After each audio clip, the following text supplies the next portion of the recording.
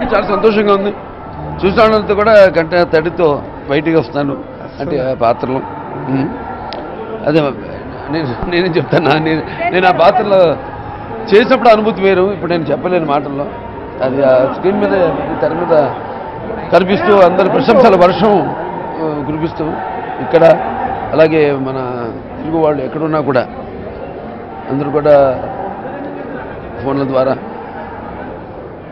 Cinema గురించి, ముఖ్యంగా నాన్నగారు, ఆయన అమ్మగారు ఏ కథ అయితే మేము ఎంచుకున్నామో ఎంతో బాగా దాన్ని ఎంచుకోవడం జరిగింది, ఎంతో బాగా మా హృదయాన్ని కదిలించేసిందని ప్రశంసలు వర్షం కురిపిస్తున్నారు.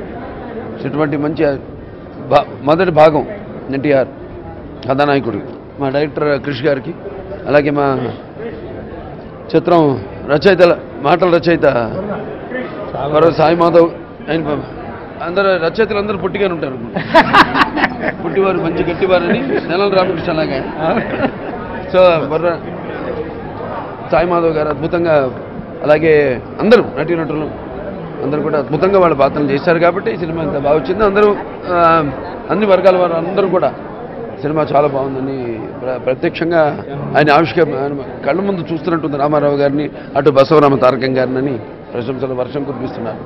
మా ఈ తొలి ప్రయత్నాన్ని ఆశీర్వదించిన ప్రేక్షక దేవుళ్ళందరికీ నా హృదయపూర్వక కృతజ్ఞతాభివందనాలు తెలియజేసుకుంటున్నాను. ఏంటమ్మా నువ్వు తెలుగుగా తమిళ మాడుతున్నాండి? నేను మాడుతున్నావు, నువ్వు మాడుతున్నావు, అర్థం కాదు, నువ్వేం భాష మాడుతున్నావు? ఇది ఒక అంటే వాళ్ళొక భాగం నా జీవితంలో.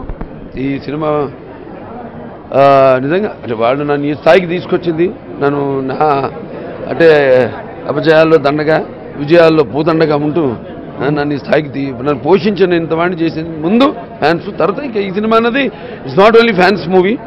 ఇది మొత్తం ఏ పార్టీకి కానీ, ఏ వర్గాలకు కానీ, ఏ కులాలకు కానీ సంబంధం లేని ఒక అతీతమైన మహాశక్తి నందమూరి తారక రామారావు, ఆయన జీవిత చరిత్ర.